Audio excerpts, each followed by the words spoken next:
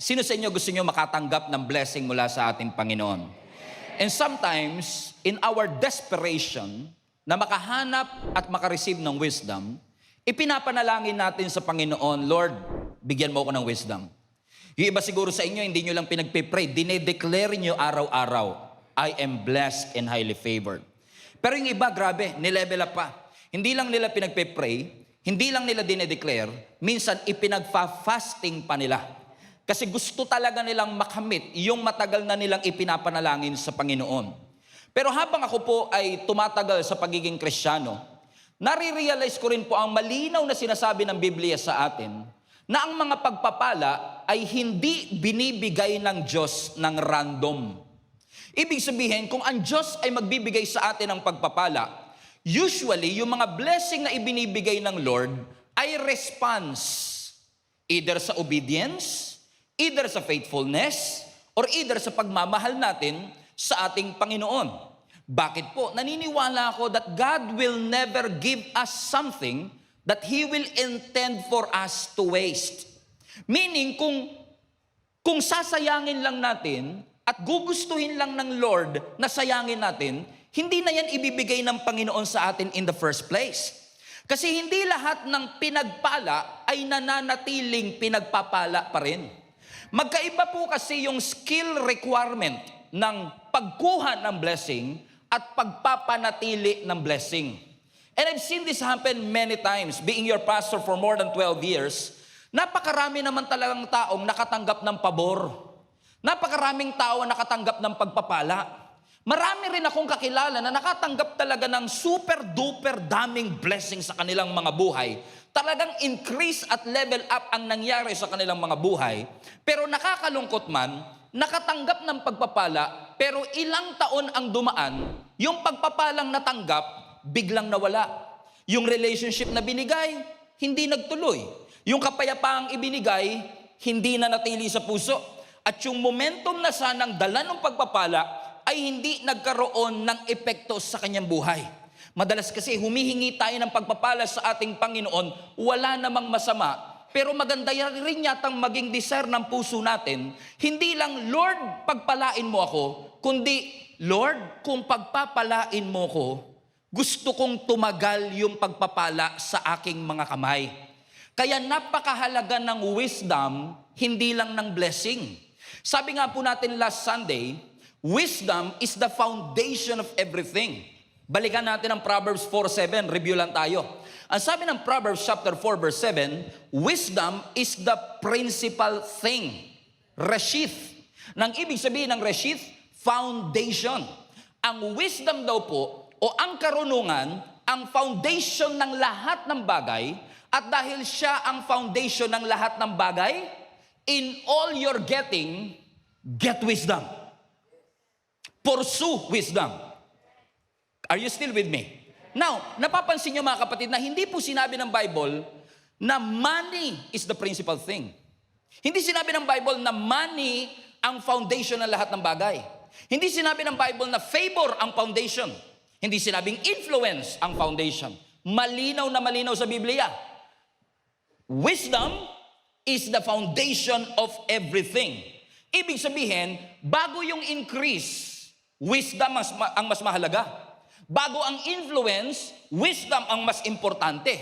Kasi ang wisdom, hindi lang siya isa sa mga blessing, kundi ang wisdom, ang foundation na nagdadala sa lahat ng blessing.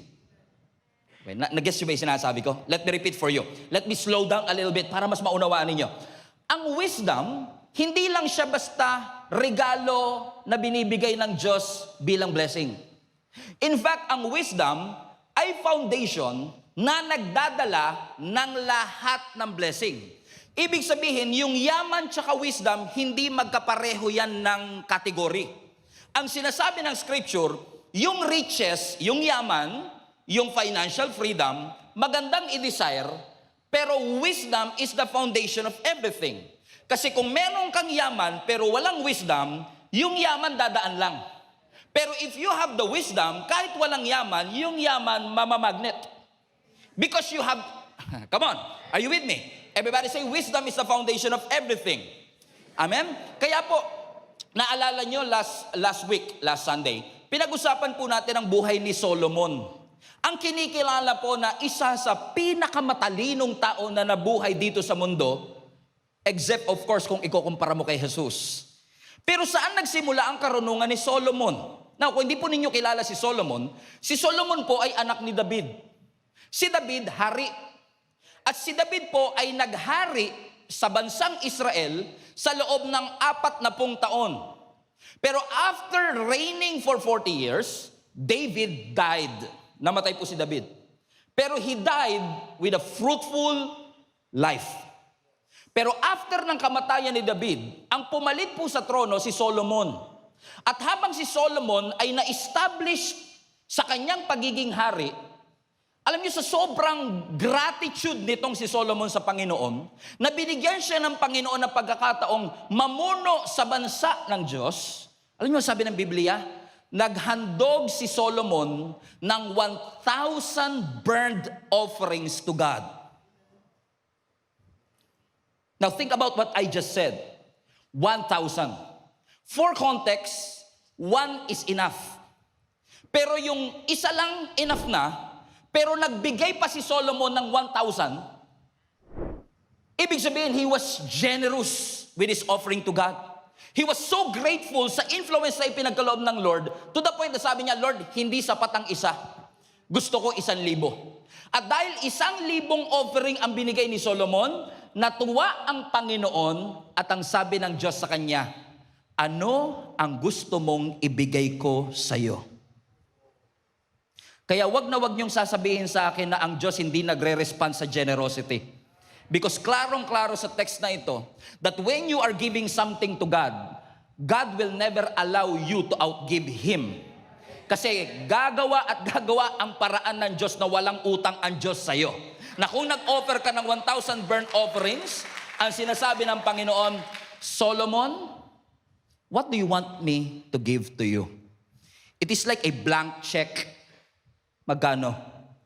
Anong gusto mo? Now, kung ako yan, kaya to 10 million, 100 million. You could ask for anything. Pwede siyang humingi ng pera, pwede siyang humingi ng malaking palasyo, pwede siyang humingi ng kamatayan ng kanyang mga kaaway, pwede siyang humingi ng kasikatan, pero sa dami-dami ng pwede niyang hingiin, ang sabi niya, Lord, gusto ko magkaroon wisdom to govern the people that you have entrusted me. And God was so pleased. Natuwa ang Panginoon na pwede niyang hingiin ang lahat, pero ang hiningi niya wisdom.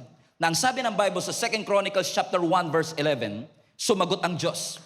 Ang sabi ng Lord kay Solomon, God said to Solomon, since this is your heart's desire, dahil ito ang gusto at laman ng iyong puso, and you have not asked for wealth.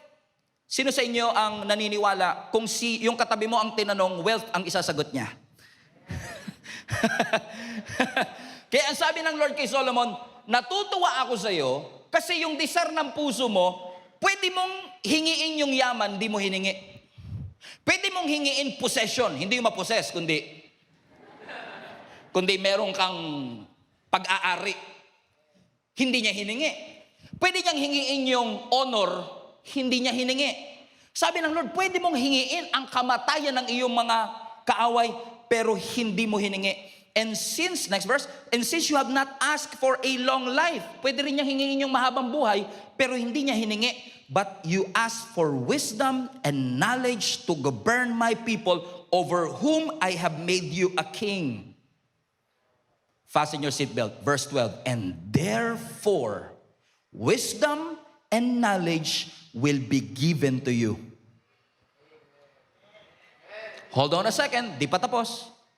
Highlight this part. And I will give you also. Question, hiningi ba niya yung yaman? Hiningi ba niya yung possession? Hiningi ba niya yung honor? Pero dahil tama yung order ng paghingi, kahit hindi hiningi, binigay. Kahit hindi hiningi. Ang punto, simple lang. Kung tayo siguro tinanong, wag ko na kayo dadamay, baka magalit kayo sa akin eh. Kung ako na lang, Siguro kung ako binigay, ang unang papasok sa isip ko, siguro pera para makapagpagawa ng building ng church. May mga ganyan pa tayo minsan, ano? Okay, para makatulong sa mahihirap, tapos maibablog ko. Di ba? Pero ang sabi ng Lord, pwede kang humingi ng lahat ng bagay, pero dahil hindi mo yun hiningi, kahit na hindi mo hiningi yung wealth, dahil hiningi mo yung wisdom, I will also give it to you. Ibig sabihin, when Solomon asked for wisdom, God also gave to him what he did not ask for. Now we understand our text today. Because ang sabi ng text natin sa Proverbs 3:13, blessed are those who find wisdom. So kung mapansin nyo, yung wisdom, hindi siya blessing itself, kundi pinagpala ang mga taong may wisdom. Now, tignan niyo uli yung verse. Hindi po sinabi ng Bible, pinagpala ang mayayaman. Hindi sinabi ng Bible, pinagpala ang maraming koneksyon. Hindi, ang sabi ng Bible, pinagpala ang merong wisdom. Ibig sabihin, people who has wisdom is blessed. Bago pa dumating yung pera, bago pa dumating yung promotion, bago pa dumating yung material things, kapag meron ka na ng wisdom, blessed ka na kagad. Paano yun nangyari? Talon tayo sa verse 15. Ang sabi ng verse 15, she is more precious, she referring to wisdom, so wisdom is more precious than rubies. Everybody read now. And nothing you desire, highlight that part, can compare with wisdom. Meaning, you could ask for anything. Pwede kang humingi ng kahit anong bagay. Pero ang ginagaranti ng Bible, kahit anong i-desire ng puso mo, hindi yan higit sa wisdom. Ibig sabihin, gaano mang kalaki ang desire ng puso mo, lahat ng desire inferior sa wisdom. Hindi niya pwedeng lagpasan ang wisdom. Are you still with me, mga kapatid? Ibig sabihin, wala kang pwedeng hingiin sa mundo na mas mataas pa sa karunungan. This is what the Bible is saying to us.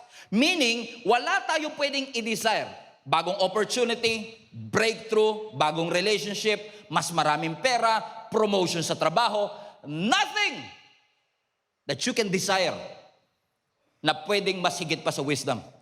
Why? Because you cannot compare it with wisdom.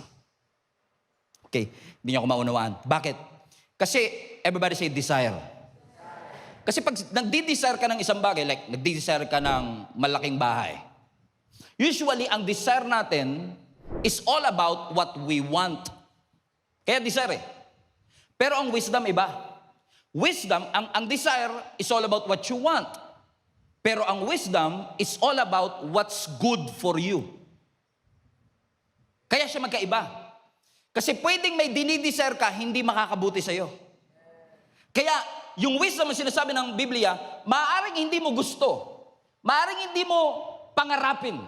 Pero kung ito makakabuti sa iyo, yon ang ipagkakalob at iaalaw ng Panginoon sa atin. Okay. Hallelujah. Praise God. Amen. Bakit? Kasi pwedeng ikaw yung klase ng Kristiyano na napakaraming potensyal. Grabe pagtawag ng Panginoon. Pero kapag wala yung wisdom, yung potensyal mananatiling potensyal. Are you with me? Halimbawa, hindi ako nagbe-bake ng cake. Hindi ako baker. Mahilig lang ako bumili sa bakery. Pero hindi ako baker. Pero alam ko, pag nagluluto, nagbe-bake ka ng cake, kailangan mo ng harina. Kailangan mo ng asukal. Kailangan mo ng butter. Kailangan mo ng oil o mantika. Pero kahit na mamahalin ang ingredients, kung hindi mo alam mag-bake, yung mantika mananatiling mantika. At yung harina mananatiling harina. So it's one thing to have the ingredients in front of you. But it's another thing to have the skill to bake the cake.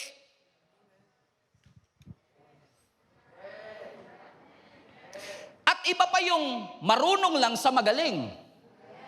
Kasi ang sabi na, pagka nagtanong kayo sa mga baker, nagtanong-tanong ako, maraming mga sikat na baker dito sa church natin, nagtanong-tanong ako. Alam mo, ang sabi nila, Pastor, napakahalaga ng timing sa pagbe-bake. Kasi pag nasobrahan ka ng lagay sa oven, pwedeng masunog. Pag kinulang, hindi mabubuo. May measurement pa yan. Pag hindi tama ang measurement, makakaapekto sa lasa. Pag di tama ang measurement, minsan titigas yung cake. Bukod doon, kailangan tama pa yung temperature.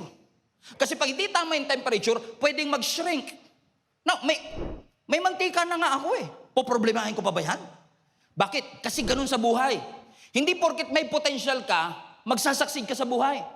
Kasi it's one thing to have a potential, it's one thing to have a calling, it's one thing to have the talent, but if you don't have the wisdom to use the talent, if you don't have the wisdom to use the resources that God has entrusted to you, yung perang meron ka, pwedeng ikayaman ng iba, pero yung perang hawak mo, pwedeng ikalugi mo. Anong difference? Pareho kayong may pera, pero yung isa may wisdom, isa wala.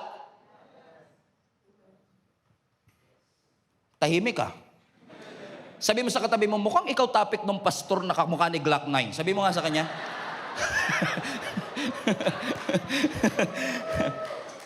Amen? Kaya napakahalaga ng wisdom. And so today, I want to jump in. If wisdom brings blessing, what are the 3 blessings of wisdom based on the text that we have talked about, based sa Proverbs chapter 3? Ano po ang 3 pagpapala na hatid ng wisdom? Number 1, ang unang blessing ng wisdom, wisdom produces. Ibig sabihin, wisdom adds value to you. Kapag may wisdom ka, may nadadagdag na magandang bagay sa buhay mo. Ano ang sabi ng Proverbs 3 verse 13? Balikan natin yung text. Blessed are those who find wisdom. Sino po nakakaalala last Sunday ng Hebrew word for wisdom? Yung mga nasa unahan sana, kaso volunteer din to eh. Yung hindi volunteer. Hokma. Di ba? Ang sabi ng Hebrew word ng wisdom is hokma. So sinasabi dito, blessed is the one who find hokma. Now ano ang ibig sabihin ng hokma? Yung hokma, last Sunday, is the ability of a person to live inside God's will. It is ability of the person to live within God's design. So ang sabi ng Biblia, pinagpala ang mga taong may abilidad na mamuhay sa design ng Diyos. So ibig sabihin, ang wisdom hindi siya IQ. Ang wisdom hindi siya street smart. Ang wisdom hindi siya information. Ang wisdom hindi siya education. Ang wisdom, abilidad mong mamuhay sa kalooban ng ating Panginoon. Now, sabi ng Bible ulit, pinagpala ang may wisdom and those who gain understanding. Ano ang blessing na meron sa wisdom? Number 1, she is more profitable. Highlight that part. Tignan niyo yung mga words sa ito More profitable than silver and yields better returns than gold. Now, sabi nila, ang taas daw ng ginto ngayon. Ayaw pa magpahalata ng katabi mo, maraming alahas yan. Oo, kasi mahal daw ang ginto today. Pero ito interesting. Mahal daw ang ginto, pero ang sabi ng Bible, yung wisdom, mas matindi ang balik kumpara sa ginto. It better returns than gold. She is more precious than rubies, and nothing you can desire can compete with her. Long life is in her right hand, and in her left hand, riches and honor. Now, look at this phrase. Profitable. Better returns. Riches. Di ba yan yung language ng investment? Pag nag-i-invest ka, yan yung mga language na ginagamit ng investment. This investment is profitable, meaning kikita ka. This investment will bring better returns. Yayaman ka rito sa stock na to. Yayaman ka dito sa Bitcoin na to. Kung mapapansin nyo, yung mga salita na yan, madalas may kinalaman saan? Sa investment. Ibig sabihin, kung meron kang wisdom, wisdom compounds. Wisdom is productive. In essence, sa kultura at lengguwahe natin, if you invest in wisdom, the wisdom will outshine the market of our generation. Bakit?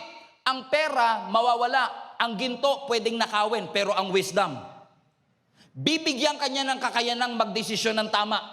Tuturuan ka ng wisdom para mag-progress.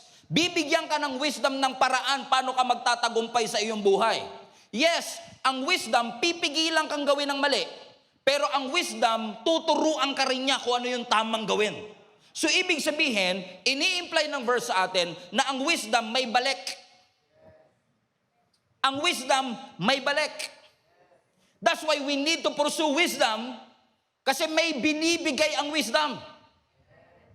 Hindi niyo ako maintindihan ha. Sino rito walang pera? Taas kamay. Biglang nagising ha. Usapang pera yan. Mukhang ikayayaman ko to ngayon ha. Di ba tayo?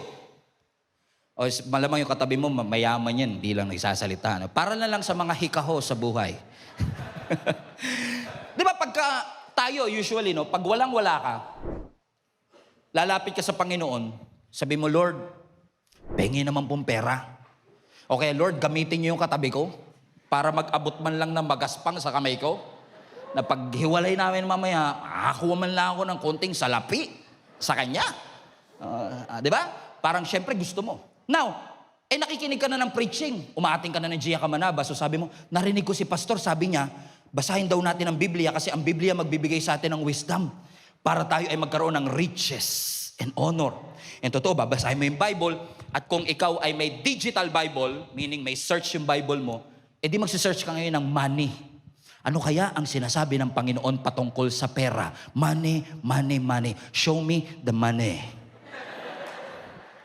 Comprende? Now, di nag-search ka. 2 minutes, nakakuha ka ng hundreds of results. Binasa mo. The Lord will provide all your needs according to His riches in glory. Wow. Grabe pala si Lord, nagpo-provide siya.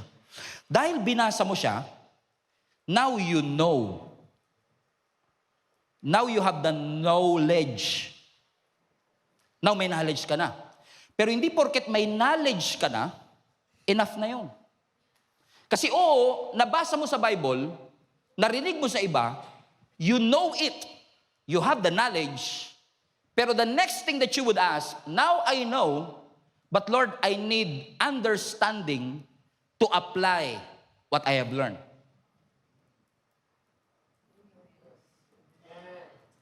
Kasi apparently, pag humihingi tayo sa ating Panginoon, humihingi tayo, Lord, bigyan mo ako ng pera. Pero what if, ang totoong kailangan mo, hindi pera, kundi wisdom para pamahalaan yung perang meron ka na. What if lang? Kasi napansin ko po na napakaraming tao in our generation, baon sa utang, hindi dahil kulang ang pera. Baon sa utang kasi walang wisdom, paano gagamitin yung perang meron siya, paano i-invest yung perang meron siya, at paano isi-save yung perang meron siya. So you have the knowledge, but it doesn't mean you have the wisdom. Nakakalungkot yung iba. Pag hindi talaga binabasa ang Bible, gusto ng wisdom pero ayaw basahin yung knowledge. Humihingi ka ng wisdom pero tamad kang basahin yung knowledge. O, hindi ako maintindihan ha. Huwag kang umasang papasa ka sa exam kung hindi ka nagbasa. Kung hindi ka nag-review. So it's possible that we are asking God for a result. Pero ang sinasabi ng Panginoon, don't be lazy to read the Word. Because when you read the Word, you will have wisdom for you to apply. Kasi ang wisdom, hindi ka lang niya tutulungang... Pasensya na kayo, kanina pa tayo nagsasalita. Kasi ang wisdom, hindi ka lang niya tutulungang magtagumpay. Ang wisdom, tutulungan ka rin niyang mapanatili yung katagumpayan na meron ka. Kasi napakarami pong tao ngayon ang umangat pero hindi nagtagal. That's why we have to have wisdom in our lives. Sino sa inyo gusto nyo ng elevation? Gusto nyo ng success? Gusto nyo ng height? Yes, we all want increase in our lives, but wisdom brings increase and stability. That's why we need to ask God, Lord, I need wisdom in my life because I know that wisdom will be able to produce something in me. Tingnan nyo, pag ang tao may wisdom, alam niya kung kailan siya oo. Alam niya kung kailan siya hihinto. At alam niya kung kailan siya mag-aantay. Because it produces something in us. Are you still with me? Parang sapul na sapul katabi mo, no? Number 2, ano ang pangalawang blessing ng wisdom? Ano po yung una? Blessing, wisdom produces. Number 2, wisdom prevents. Wisdom prevents. Ibig sabihin, when you have the wisdom, may addition. Praise God. When you have the wisdom, may idadagdag. Pero when you have the wisdom, meron ding subtraction. Pag may wisdom ka, may idadagdag si Lord. May blessing na ibibigay. May breakthrough na ihahatid. Pero kapag may wisdom ka rin, hindi lang addition. May subtraction. Isusubtract niya yung pain. Isusubtract niya yung regret. Isusubtract niya yung panghihinayang. Sino sa inyo naniniwala, mga kapatid, na ang pinakamatitinding miracle sa buhay ng tao, hindi mo makikita? Sino sa inyo mga magulang na pagtapos niyo po ng pag-aaral ng inyong mga anak kahit nahikahos kayo noon? Taas kamay. Miracle ba yon? Miracle. Sino sa inyo na promote sa trabaho kahit na 2 beses ka lang pumapasok sa isang buwan? Miracle yan. Okay. So mapapansin nyo, karamihan ng milagro na ikinakategorize natin sa miracle, usually mga bagay na visible, tangible. Pero I believe also that the greatest miracle in our lives are not those who are visible, but those who are invisible. It is a miracle na kapag ikaw ay na-aksidente, iningatan ka ng Diyos. Pero it's also a miracle na hindi na nangyari yung aksidente. Because you have the wisdom to follow the rules of the road. Magandang wisdom ay magandang blessing na, sino sa inyo grateful? Ang Diyos sukdulan ng biyaya. Napakarumi mo pero pinatawad ka ng Diyos. Pero isang milagro din na hindi mo na nagawa yung kasalanan. Kasi may wisdom na ibinigay ang Panginoon sa iyo. So, salamat Lord sa kapatawaran, pero salamat din na hindi mo na ako kailangang patawarin kasi hindi ko na siya nagawa. Sino sa inyo ang grateful sa mga blessing ng relationship? Umabot kayo ng 5 days. Okay, 5 years. Tumagal ang relationship. Pero isa ring malaking pagpapala na yung relationship hindi na kailangang dumaan sa hirap at kayo na talaga ang naging magkasama habang buhay. Ibig sabihin, yes, ang wisdom nagdadagdag, pero ang wisdom nagbabawas din ng panganib, nagbabawas ng aksidente, nagbabawas ng iyak, nagbabawas ng sakit.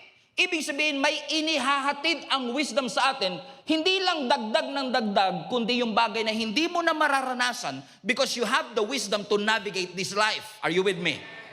Amen? So let's go to the verse again. Ang sabi ng verse 16, long life is in her right hand, and in her left, riches and honor. Look at the verse. Ano gusto nyo? Kanan, kaliwa? Parang doon ako sa kanan, pastor Ay parang gusto ko yung riches. Mapansin nyo, sabi ng Bible, long life is in the right hand. Riches and honor is on the left. Sino sa inyo gusto nyo riches and honor? Of course. Plastic naman ito. Of course we want to. Come on now. Kunwari yung, gusto ko long life. Of course we want riches and honor, correct? Pero hindi ba kayo nagtataka kung bakit right ang long life at left ang riches and honor?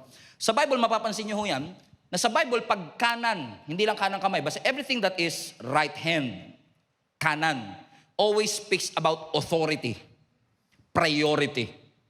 So sabi ng Biblia, when you have the wisdom, long life is the priority. And riches and honor is secondary. Bakit? Aanuhin mo yung yaman kung hindi ka buhay? Aanuhin mo yung retirement pay kung wala ka ng lakas para magbakasyon. So it's not just, when we say long life, hindi lang yan pahabaan ng buhay. When we say long life, it's not just 95 years old. Kasi pwedeng 95 years old ka nga, pero 75 pa lang gusto mo nang mawala. Kasi baliwala ang haba ng buhay kung miserable buhay mo.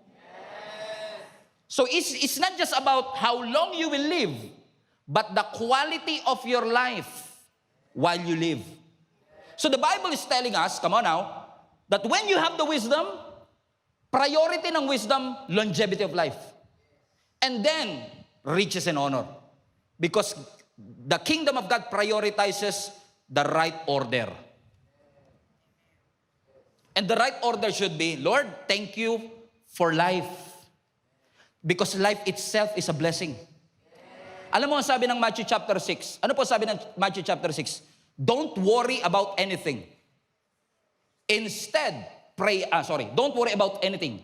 Huwag mong aalalahanin ang iyong kakainin. Huwag mong aalalahanin ang iyong isusuot. Sa Bisaya, ayaw kabalaka. Huwag mong aalalahanin. Sabi mo sa katabi mo, don't worry, don't worry, don't worry. Napansin niyo po ba na yung mga bagay na inaalala mo, yun yung bagay na kulang ka? Kaya ko nga inaalala, pastor, kasi kulang eh. Pero what if, kaya kulang kasi lagi mo inaalala? Amen? Sabi ng Bible, do not worry about anything. Do not worry about tomorrow, but tomorrow will worry about itself. Bakit ano ang sinasabi ng Biblia? Isn't life more valuable than food? Ibig sabihin na sinasabi ng Scripture, masyado ka nakafocus sa material blessing, pero hindi ba ang pinakamatinding blessing talaga ay yung buhay? Life itself? Because when you have the longevity of life, you will have everything. Amen? Meaning, the wisdom that God gives to each and every one of us is able to teach us, for us to experience life in its fullness. Pine-prevent tayo ng wisdom na wasakin ang ating kinabukasan at wasakin ang ating buhay. Because hindi naman sinasabi ng Bible na hindi ka daranas ng pagsubok. Hindi po sinasabi ng Bible na walang pressure.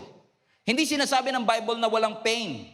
Pero ang pinapangako ng ating Panginoon, the wisdom from the Lord will protect you so that you will be able to enjoy the life that God bled for and died for at the cross for you. Ecclesiastes chapter 7 verse 12. Wisdom is a shelter as money is a shelter.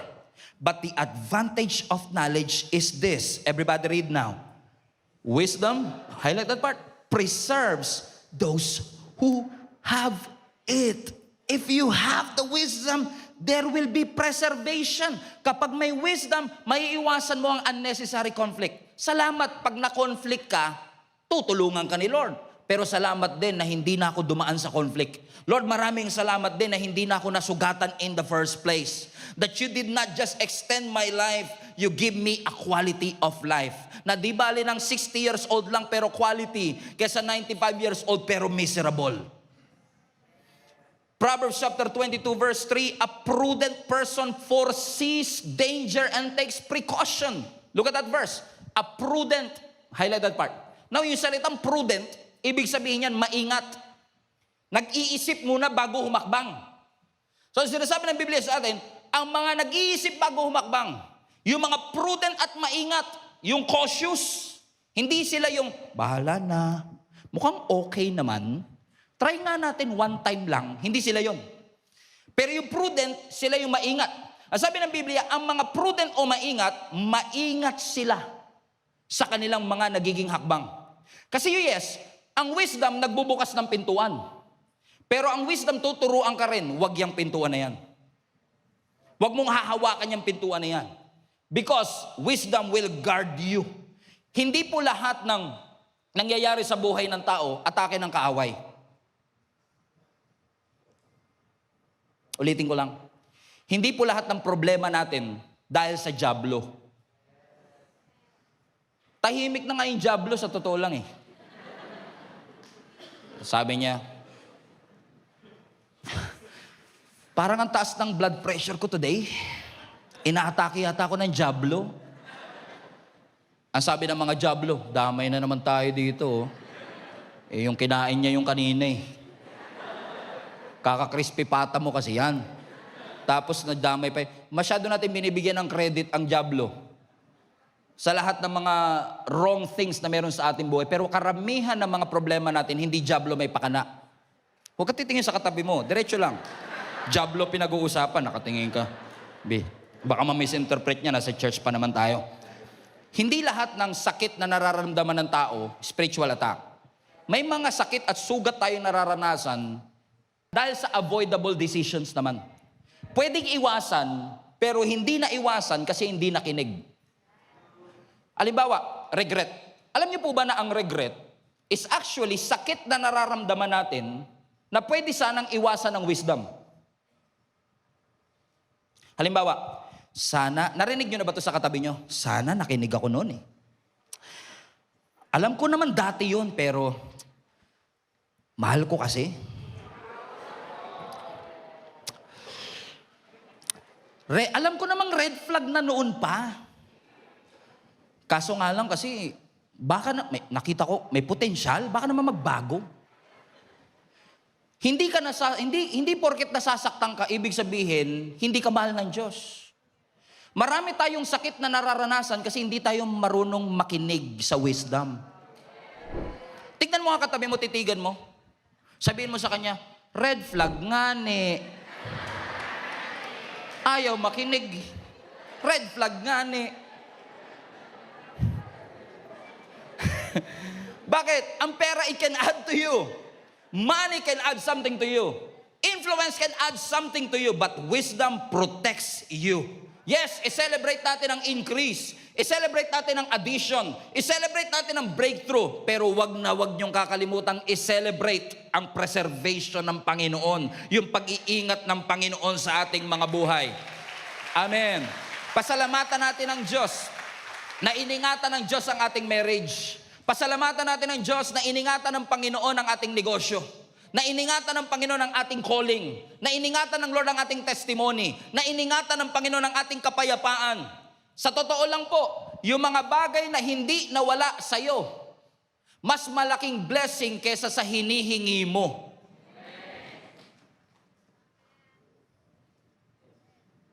Mas malaking blessing minsan yung bagay na hindi nawala sa'yo kesa yung mga bagay na pinagpe-pray mo.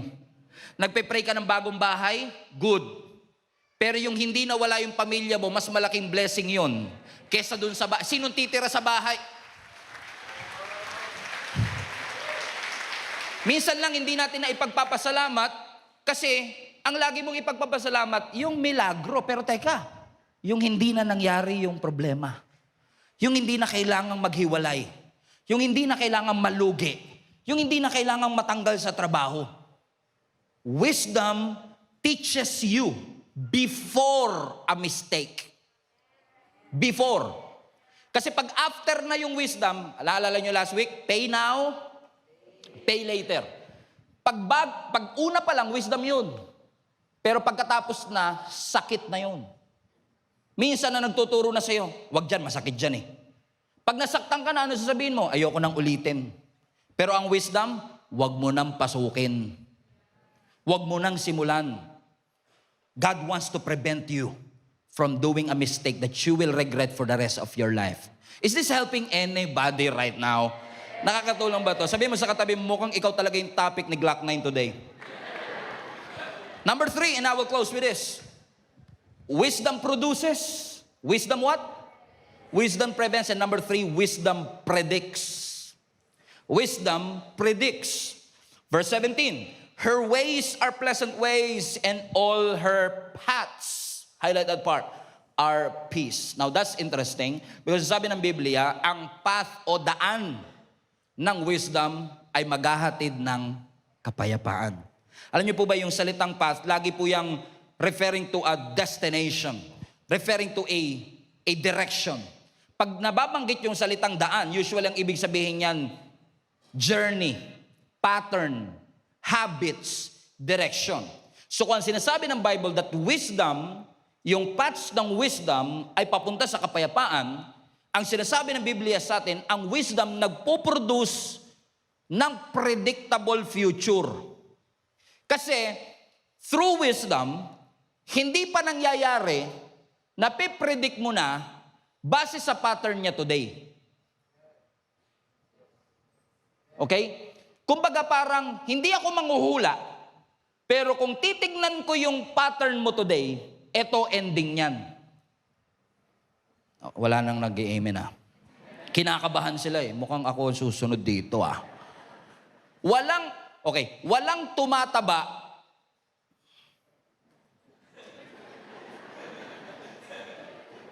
dahil nag-cheat day ng isang araw.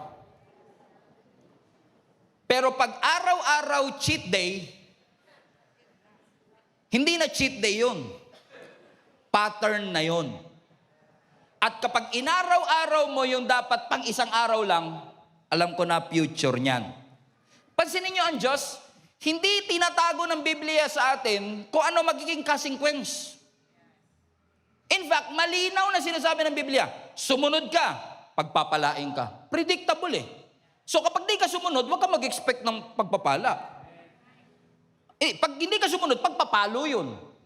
Pero pag sumunod ka, predictable eh.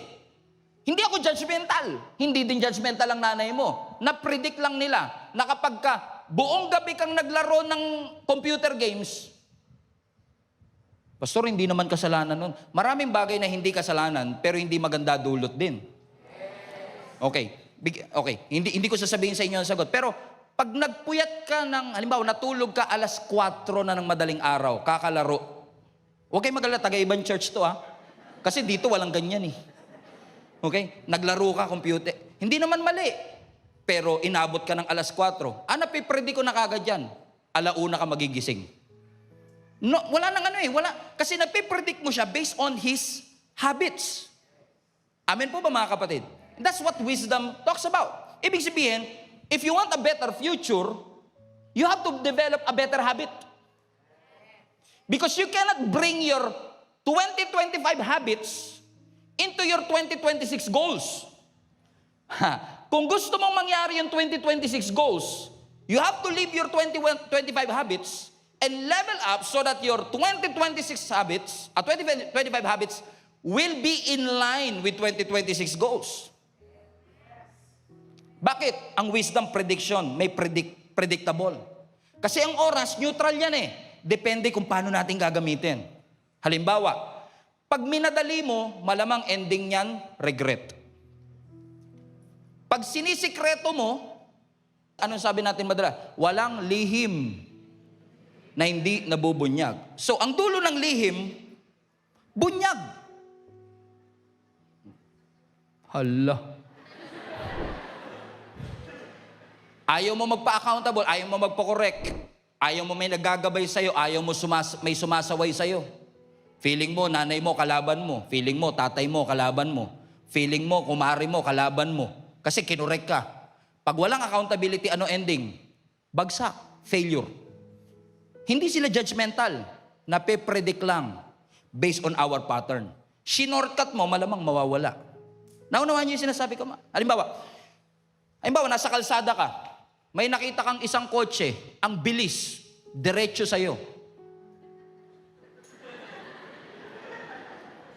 Now, hindi ito ang tamang pagkakataon para magtanong, ba't kaya ang bilis niya? Siguro nakatulog to. Siguro lasing to. Hindi yun ang tamang panahon para magtanong ka. Kasi napipredict ko na. Base sa direksyon yan. Bulalo ka, sinasabi ko sa iyo. Bulalo ka talaga dyan. Pipit ka dyan. This is the right time for you to what? What's the best choice? Get out of the way. Then ask after. So mapapansin nyo, predictable ang future. Hindi ka mo kailangan maging manghuhula.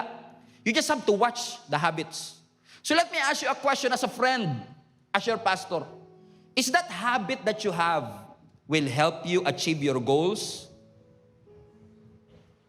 If not, then change something. Sabi nga natin last Sunday, hindi magbabago ang buhay natin kung hindi natin babaguhin ang desisyon natin. Decision nga ni. Amen? We need to have decision. Ano sabi ng Proverbs 14 verse 8? The wisdom of the prudent is to give thought to their ways. So ask yourself, saan ang dulo ng pattern na ito? Sino-sino yung ganito ang ginawa before? Paano sila natapos? Hindi ko na inaantay kung ano ang consequences. Pinag-aaralan ko na kagad yung pattern. Kasi ang sabi na ng Biblia sa Proverbs chapter 4 verse 12, there is a way that appears to be right. But in the end, it leads to death. It appears right. It feels right. It sounds right. Pero sa wisdom, it asks the question, it feels right, it sounds right, it appears right, but is this thing in accordance to the will of God? Hindi lang pakiramdam ko, tama to. Hindi. Naka-align ba to sa kalooban ng Diyos? That's what wisdom taught you. Parang pag pinakinggan ko, tama. Teka lang, pag pinakinggan mo, tama, pero ito bang bagay na ito, attractive lang, pero hindi siya pasok sa kalooban ng Panginoon. Because the Bible is very clear. Blessed are those who find wisdom. And today, as we put an exclamation point to this mini-series that we had, is this message blessed you, mga kapatid? Napagpala ho ba kayo, mga kapatid? Now, the goal of this message is not for me to say, kaya kayo, global family, mas maging matalino kayo. Our goal is not to be smart. Because at the end of the day, I know that wisdom is more than just a lesson that we need to hear. Wisdom is somebody that you need to encounter. Because the Bible says in Matthew chapter 12, verse 42, this was Jesus Christ speaking. Ano sabi ni Jesus Christ? The Queen of the South will rise at the judgment with this generation and condemn it. Verse 43, for she came, the Queen of the South, from the ends of the earth to listen to Solomon's wisdom. Everybody highlight this part. And now, something greater than Solomon is here. Now, for context, yung sinasabi dito ni Jesus na Queen of the South was actually from the Chronicles, kung saan this was referring to a queen na ang tawag ay queen siya sa Sheba. She was actually the Queen of Sheba. Yung Sheba ngayon ay present-day Yemen. Now, itong Queen of Yemen, ang sabi ng Biblia, ang sabi ng history, napakayaman. Kaya nga, Mayemen. Okay? So, itong Queen of Sheba, na Yemen, napaka-Yemen, she had the influence and she was the queen after all. Queen na hindi na kailangan mag-travel. Pero ang sabi ng Biblia, nung narinig ng Queen of Sheba, yung wisdom ni Solomon, because Solomon became famous because of the wisdom that he had, to the point, ang sabi ng Biblia, itong Queen of Sheba was so curious, hindi lang sa wisdom ni Solomon, kundi yung pinanggagalingan ng wisdom ni Solomon. Kasi alam ng Queen of Sheba, narinig niya na itong wisdom ni Solomon galing daw sa Diyos. At alam niyo ginawa ng Queen of Yemen? She traveled 1,500 miles, almost 3,000 kilometers. Walang tren, walang eroplano, just to meet Solomon and listen to his wisdom. Now let's go back to the verse. Ang sabi ng Matthew 12:42, itong Queen of Sheba, pumunta siya to the ends of the earth to listen to the Queen of Sheba at to Solomon. But right now, something greater than Solomon is here. Ano ang sinasabi ng Biblia sa atin? Ang sinasabi ni Lord sa atin, kung yung Queen of Yemen nga, nag-travel ng 1,500 miles para lang ma-encounter yung wisdom, ngayon, hindi nyo na kailangan mag-travel. Because ang sabi ni Jesus Christ, wisdom that is greater than Solomon is here. Who is that? Who is that? Jesus. So ang wisdom, hindi lang basta concept. Wisdom is a person of our Lord Jesus Christ. So ibig sabihin, wisdom now is not saying kailangan mas maging matalino kayo, kailangan mas maging maganda. Yes, kasama yon. Pero saan mo kukunin yung wisdom na yon? That wisdom came from a person of Jesus Christ. Ibig sabihin, when you encounter the Lord, when you submit yourself to the Lord, when you walk with the Lord, you are walking with wisdom. Kaya pala, ang mga tao na lumalakad at nagsasubmit ng kanilang buhay kay Jesus ay lumalakad ng may karunungan. Now, listen to this, church. Notice, hindi sinabi ng Bible na something wiser than Solomon is here. Hindi sinabi. Hindi sinasabi ni Jesus, mas matalino ako dyan. Hindi insecure si Jesus. Pero ang sinasabi niya, something greater is here. Because wisdom is not just a concept anymore. You're looking for wisdom? I am. Wisdom is the principal thing. Jesus is the principal thing. Jesus is the foundation of everything. Jesus is the source of everything. Now, sa mundo, kung kailangan ko ma-promote, kailangan ko magpasikat sa boss ko. Pero when you have Jesus as your wisdom, ang sinasabi ni Jesus, magpatawad ka, huwag ka na gumanti. Tamo, ayun yun. Hindi wise yan, pastor. Hindi wise sa mundo. Pero yun ang wisdom na tinuturo ni Jesus. Ang tinuturo ng mundo, huwag kang papayag na ganyan lang ganti mo. Kailangan higit ka. Sabi ng Lord, vengeance is mine. Forgive. Ang sabi ng Lord, gusto mo maging great? Humble yourself. It is an upside down kingdom. Because of our Lord Jesus Christ, He taught us today, nako, posible pa lang, ina-admire ko si Jesus, lumalakad ako kasama si Jesus, pero namimiss ko ang ating Panginoong Jesus.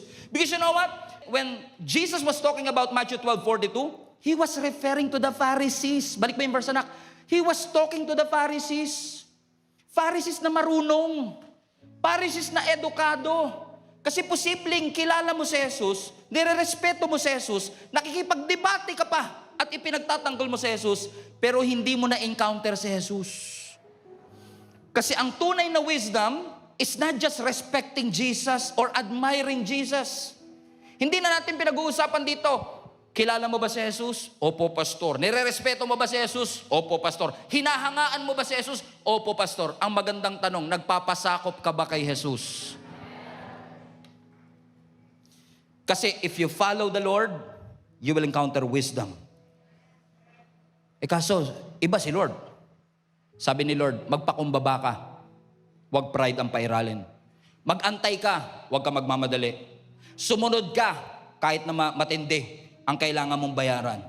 Because you can study wisdom all you want, you can quote wisdom all you want, we can debate about wisdom all we want. But the most important thing today is for you to encounter, ladies and gentlemen, the wisdom Himself, Jesus Christ.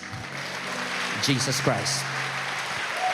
The wisdom of God that He sent His Son, Jesus Christ, for you and for me.